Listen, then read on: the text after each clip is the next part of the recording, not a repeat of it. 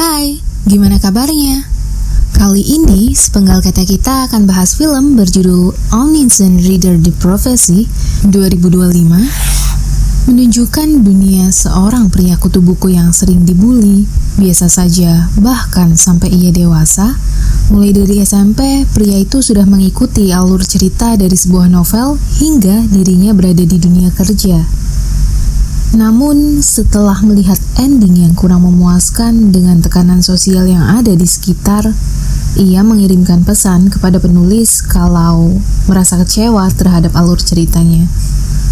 Dan dari sana, petualangan menegangkan yang mengandalkan aksi serta mode survival untuk bertahan hidup harus dinyalakan.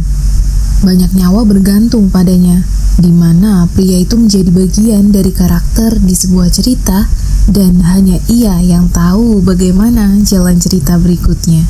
Hanya saja, alur cerita di buku yang dibacanya menjadi berbeda karena kisah yang tak sama dan alur cerita yang bisa dibuat sendiri sesuai kemauan pria tersebut.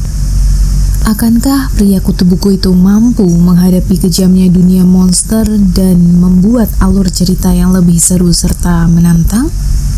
Oke, nggak usah lama-lama, mari kita gaskan.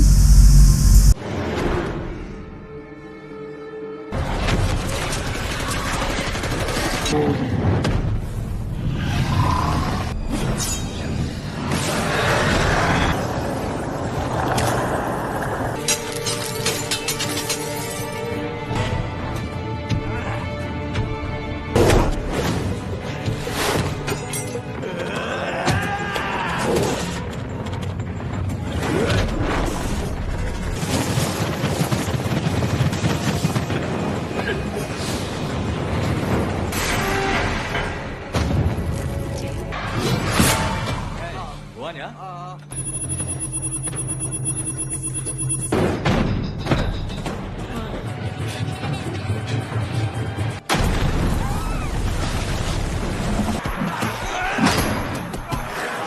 최대한 빨리 지역으로 대피하셔야 되거든요. 그리고 코인 꼭 모으세요. 제일 중요하니까. 그런 걸 어떻게든.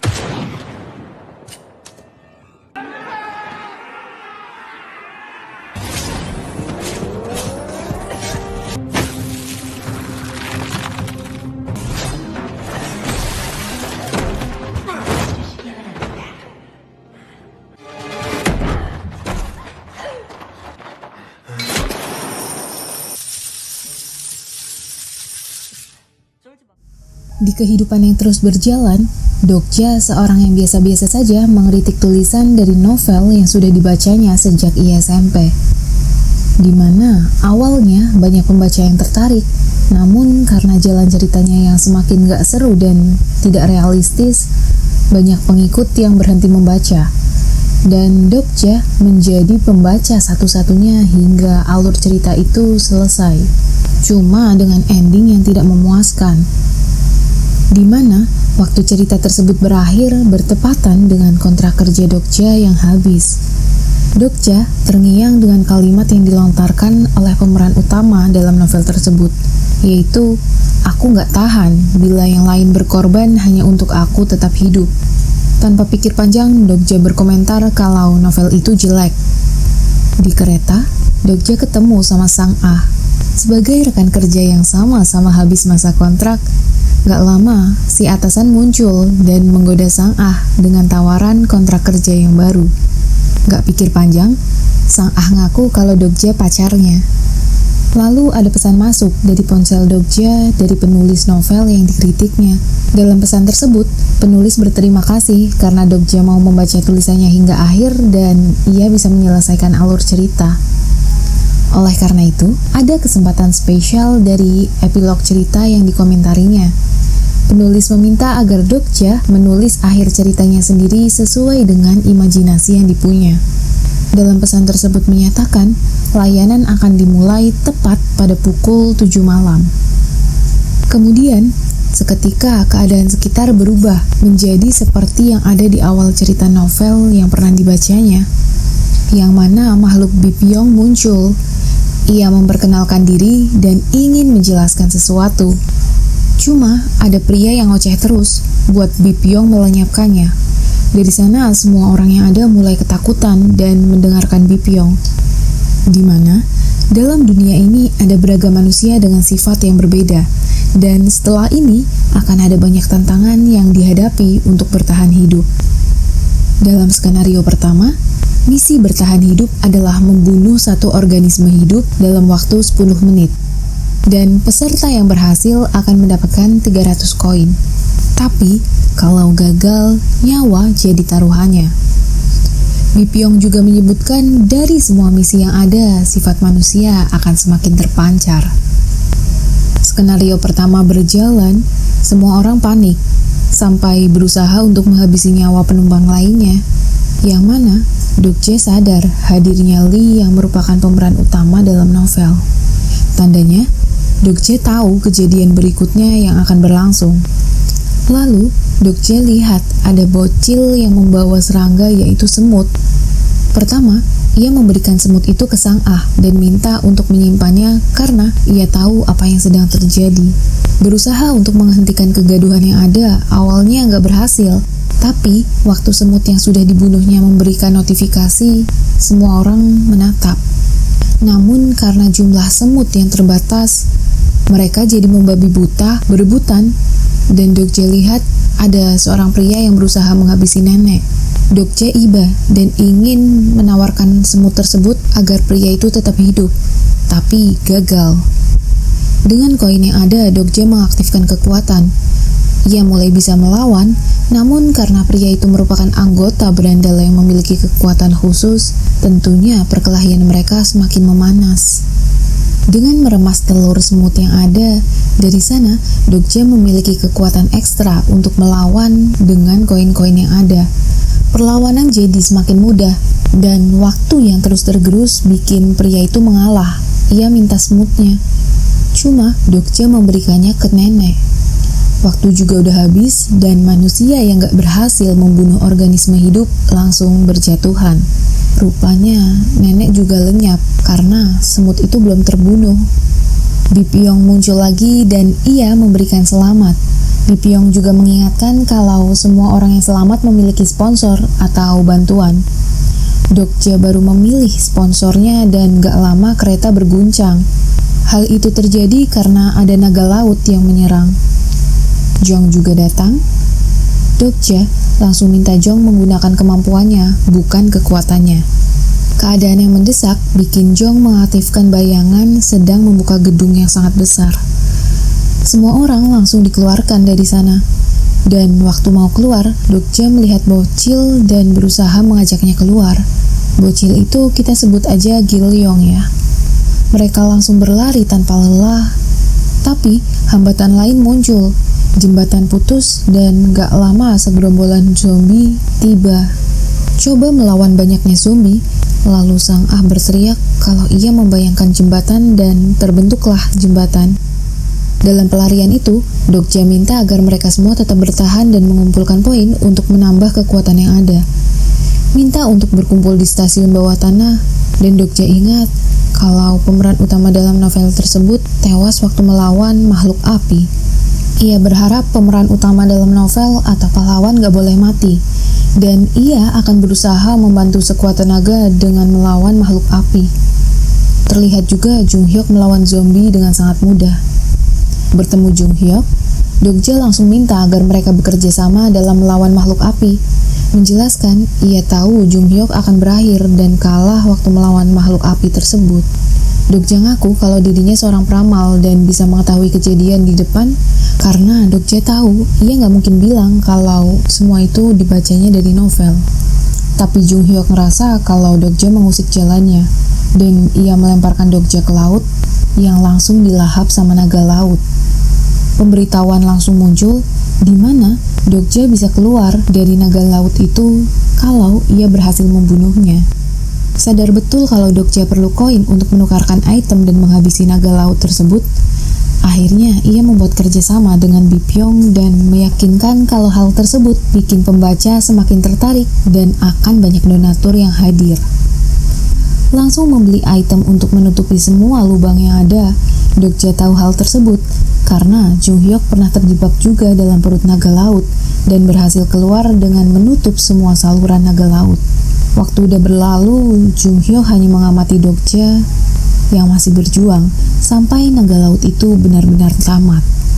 Langsung mengambil intisari naga laut, Dokja minta Pi Pyong menyimpannya dan ia akan menukarkannya dengan Aether keyakinan. Karena Dokja berhasil dari tantangan tersebut, ada starter pack yang ia dapat dan bantu Dokja keluar dari laut itu. Berhasil keluar dengan oksigen yang dipilihnya, ia naik ke daratan dan langsung makan karena kelaparan. Tapi sadar, udara di sekitar nggak bagus. Mendapati banyak orang yang nggak berdaya, monster juga terlihat. Dokja langsung membawa seseorang yang masih hidup, berhasil menyelamatkan diri dan masuk ke sebuah tempat. Teriakan yang ada bikin Dokja tahu kalau wanita itu adalah Jong. Dokja sadar dalam novel itu, Jong mati karena kehabisan oksigen. Dengan koin yang dipunya, Dokja bisa dengan mudah melawan gerombolan itu. Keributan itu langsung dihentikan oleh seorang pria yang dikenal dengan anggota dewan, dan mereka berkumpul di sana. Luka Dokja langsung diobati Sang Ah. Langsung menanyakan tentang keberadaan Jung Hyuk. Alur cerita yang ada menjadi berbeda, dan teriakan untuk melakukan pembayaran bertahan hidup mulai dilontarkan. Jadi, semua orang yang ada di sana bisa bertahan hidup dengan menukarkan koin yang ada, yang mana koin itu bisa muncul setelah mereka melakukan misi dengan benar atau membunuh makhluk yang ada. Bahkan, banyak yang mati di tempat karena nggak mampu membayar.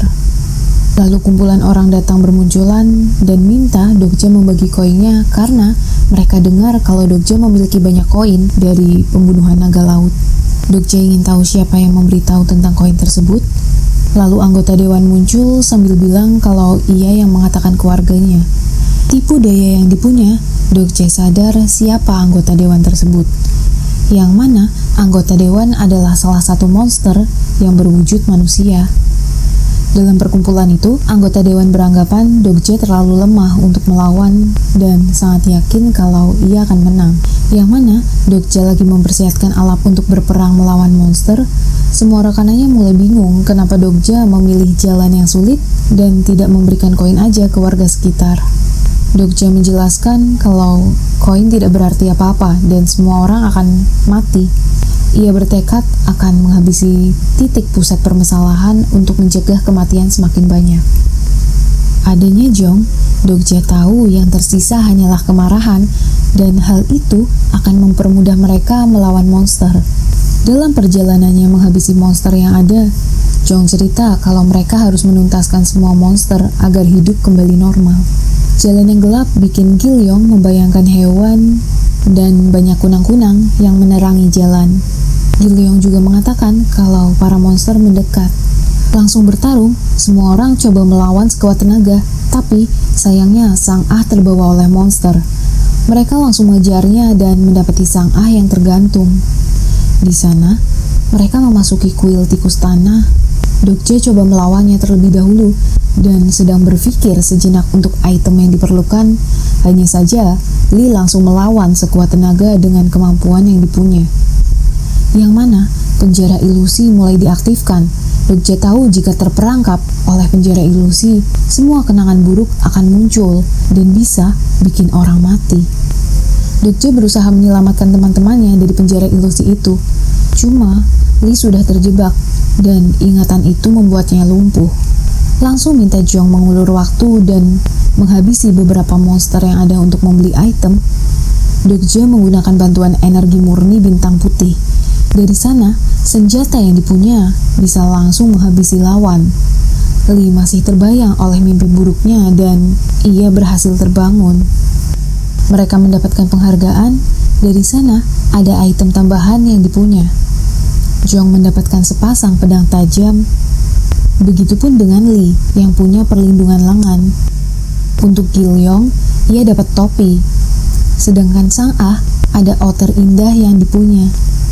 Dan Dokja mendapatkan pedang namun patah. Dokja yakin senjata yang dimilikinya bisa digunakan sempurna ketika ia mengantongi Aether keyakinan. Dari sana, Dokja minta agar Gilyong menjauhi benda berwarna biru karena itu adalah penjara ilusi yang bisa memunculkan ingatan buruk bagi yang memakannya. Dokja juga menjelaskan kalau mereka harus segera ke misi berikutnya untuk menyelamatkan pahlawan. Dokja menjelaskan semua keadaan akan kembali normal kalau pahlawan atau Jung Hyuk tetap ada.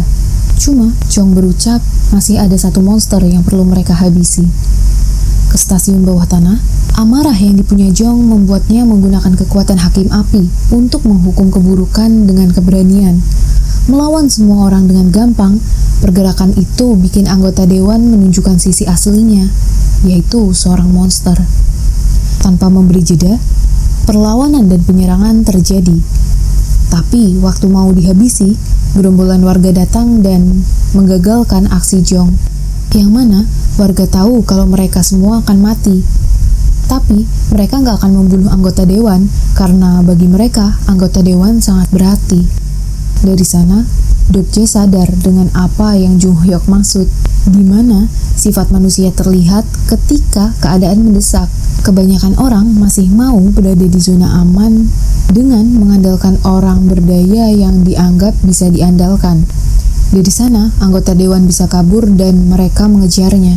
Mereka menggunakan kekuatan masing-masing untuk menangkap anggota dewan dan menghabisinya. Cuma sayang, adanya portal tak kasat mata bikin batasan antara mereka. Anggota dewan sangat yakin kalau mereka semua akan mati karena monster yang ada akan sangat beringas. Ia melanjutkan kalau mereka telah melakukan kesalahan besar karena tidak membunuhnya sedari awal dan mengakhiri skenario itu. Gak lama peluru menghabisi anggota dewan dan skenario pada misi tersebut terselesaikan. Lihat Ji-hye, ia mengingatkan agar mereka semua segera berlari karena akan banyak tantangan yang datang dan menghadang. Pemberitahuan muncul kalau zona hijau akan diaktifkan sebelum para monster hadir. Dalam penjelasan itu, semua manusia yang bisa masuk ke dalam zona hijau akan bertahan hidup dan terbebas dari monster. Jelasnya, semua orang langsung berebut untuk mendapati zona hijau dan bertahan hidup, di mana ada tempat khusus dan ada orang kaya yang mau beli. Namun, Pak Tua bilang ia hanya menerima koin, bukan uang. Dokja dan rekanannya juga mulai bingung, tapi Dokja minta semua pergi mencari zona hijau yang bisa digunakan. Lalu Ji-hye bersuara, harusnya Dokja bisa menyelamatkan diri sendiri karena ia peramal. Kalau enggak, udah pasti Dokja seorang pecundang. Lantas kalimat itu mengingatkannya akan memori buruk semasa SMA. Waktu terus berjalan, sifat manusia semakin terlihat nyata, dan Dokja berdiri di lantai tanpa ada warna hijau sampai rekanannya hadir lagi. Kemudian, pemberitahuan menyebutkan kalau perubahan letak zona hijau akan berubah sebelum monster dimunculkan. Di sini, sifat pengecut Dokja terlihat. Ia minta rekanannya merebut posisi yang ada dan Lee tahu kalau orang lain akan mati. Tapi Dokja beranggapan untuk bertahan hidup harus ada yang dikorbankan. Jong langsung pergi sambil bersuara, harusnya mereka melawan, bukan malah menyerah. Sampai para monster masuk, semuanya pergi dan Dokja masih ragu untuk melangkah. Ia jadi menyusul dan minta mereka melangkah ke arah monster muncul. Langsung bergerak sambil melawan semua monster yang ada. Dalam lorong itu, Dokja lihat ada 2 zona hijau dan ia minta Jung Hyuk pergi karena Jung Hyuk gak membutuhkannya. Sifat Jung Hyuk yang arogan minta Dokja untuk meninggalkan anak itu dan Dokja bisa menempati zona hijau serta menyerang makhluk api bersamaan. Di waktu yang semakin sempit, Sang Ah, Jong, dan Lee berhasil mendapati zona hijaunya. Begitupun dengan Dokja yang meminta Gilyong tetap diam di zona hijau itu. Dokja lanjut lari menghindari monster yang bermunculan sambil mencari tempat lain, lalu ia terperangkap. Dokja langsung melahap benda yang membuat penjara ilusi itu. Dari sana, ingatan buruk tentang pembulian yang diterimanya hadir lagi, di mana Dokja terpaksa menghabisi temannya sendiri untuk terbebas dari bulian, dan jelasnya itu nggak terjadi, ia malah semakin merasa bersalah. Dalam penjara ilusi itu, semua rekanan coba menghabisi para monster yang menyerang Dokja. Dokja sadar betul perbuatan yang dulu bukan hal benar, dan kalau waktu bisa diputar, ia nggak akan mengorbankan temannya hanya untuk sebuah pengakuan. Jung Hyuk beranggapan kalau bertahan sendirian dan bertarung sendirian akan terasa lebih mudah karena nggak ada beban yang harus mereka bawa. Jung Hyuk juga kehilangan teman karena perjalanan yang ada dan memilih menjadi manusia arogan. Jung Hyuk meragukan langkah yang dibikin oleh Dokja. Langsung terbangun dari penjara ilusi tersebut, lihat Lee yang terluka karena sebelumnya mereka menolong Dokja, termasuk dengan Gilyong yang lemas karena coba menggunakan kekuatannya. Mau melanjutkan misi untuk menyelesaikan skenario yang ada, Dokja bilang kalau hari itu adalah hari di mana Jung Hyuk akan mati dalam melawan makhluk api. Begitupun dengan dunia yang akan hancur ketika Jung Hyuk mati, karena hanya Jung Hyuk yang bisa menyelamatkan dunia. Awalnya, Jung menawarkan diri untuk berkorban karena ia tahu sebenarnya ia udah mati sebelumnya kalau Dokja nggak menyelamatkan. Tapi Dokja minta mereka beristirahat karena sudah menyelamatkannya, dan dari sana ia paham bagaimana cara bertahan. Pengumuman yang muncul menyebutkan untuk saat itu hanya ada satu zona hijau yang bisa menyelamatkan mereka. Upaya bertahan hidup sangat terlihat, dan hanya ada satu tempat yang diduduki oleh Pak Tua. Dokja mengejar Ji-hye dan minta Ji-hye bergabung dengan mereka dalam melawan monster, karena Ji-hye juga tahu kalau bertahan sendirian gak akan membuat dirinya merasa puas. Pasti ada rasa bersalah yang mengenang, dan Ji-hye meninggalkan Dokja. Langsung minta Bipyong mencairkan seluruh uang donasi untuk koin. Dokja mendatangi Pak Tua. Ia akan menyewa Pak Tua untuk sebuah pekerjaan. Dalam tawaran itu, Dokja memberikan 100.000 koin untuk Pak Tua dari kumpulan donatur yang berjumlah 113.000 koin. Dokja berhasil menukarkan zona hijaunya, dan ia langsung menghancurkan zona itu. Di tengah sulitnya merusak zona hijau dan gerombolan orang, Ji-hye yang melihat dari jauh paham dengan ucapan Dokja, dan dengan pelurunya, zona hijau itu berhasil dilenyapkan. Pak Tua sangat marah karena zona hijaunya dirusak dan orang-orang mulai panik karena monster mulai dilepaskan. Dokja menjelaskan kalau dari awal zona hijau itu nggak ada dan satu-satunya cara mereka harus melawan semua rintangan yang ada. Koin 100.000 sudah berhasil ditransfer. Dokja minta agar Pak Tua bekerja dengan baik supaya warga di sana nggak ada yang mati. Dengan menggunakan mesin tempur pertahanan, Pak Tua mendekat ke arah monster yang bermunculan. Lewat senjata baja, banyaknya monster yang dilawan, dan monster yang berhasil lolos langsung dihabisi Dokja serta kawan-kawan. Di tengah peperangan itu, Jung Hyuk datang, yang mana mereka melihat makhluk api dalam kekacauan. Dokja sudah berusaha mencegah Jung Hyuk untuk pergi sendirian, tapi karena sifat arogan yang dipunya, ia merasa bisa melawan makhluk api sendirian tanpa bantuan orang lain. Bahkan menganggap Dokja remeh karena pedang yang dipunyanya cacat.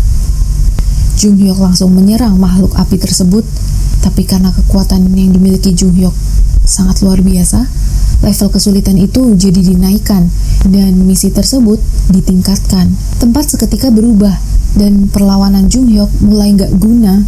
Ia mulai terpontang-panting, tapi masih bertahan untuk bertempur sendirian. Dokja minta Sang A untuk menarik Jung Hyuk dari sana dan ia akan melawan dengan starter pack-nya yang dipunya. Pergerakan yang dipunya Dokja sangat lemah, sampai capung dari Gilyong hadir. Ia hanya ingin menyelamatkan Dokja, cuma sayangnya semua itu gak bertahan lama. Makhluk api menang dan terus menyerang. Lee yang lihat langsung datang dengan kemampuan dan tenaga yang dipunya. Ia turun tangan. Ji-hye juga berlari dengan bantuan jembatan dari Sang A. Ingin menusuk pusat jantung dari makhluk api, tapi sangat sulit. Yang mana sebelum pertempuran itu terjadi, Dokja sudah menjelaskan kalau di dalam makhluk api itu ada cangkang bundar yang kuat dan ada intisari yang bisa mematikan makhluk api tersebut. Tapi masalahnya, siapapun yang memecahkan cangkang itu akan mati. Dokja melanjutkan, ia akan memecahkan cangkang tersebut dan dengan hadiah yang dipunya nantinya, Jong bisa bertahan hidup. Dalam pertarungan ini, Dokja hanya berharap kalau mereka saling percaya satu sama lain agar mereka semua tetap hidup.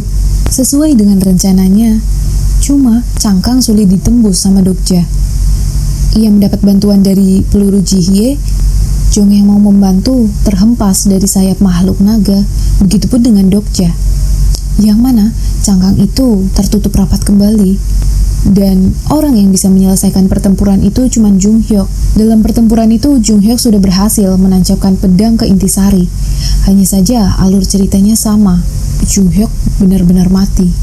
Keadaan itu bikin Dokja terdiam sebentar sampai pemberitahuan muncul kalau penukaran intisari dengan Aether keyakinan berhasil. Senjata yang cacat sudah diubah menjadi senjata istimewa. Semua tim langsung bekerja sama untuk menahan makhluk api dan Dokja mampu menembus intisari dari makhluk api itu. Misi dari skenario itu pun berhasil diselesaikan.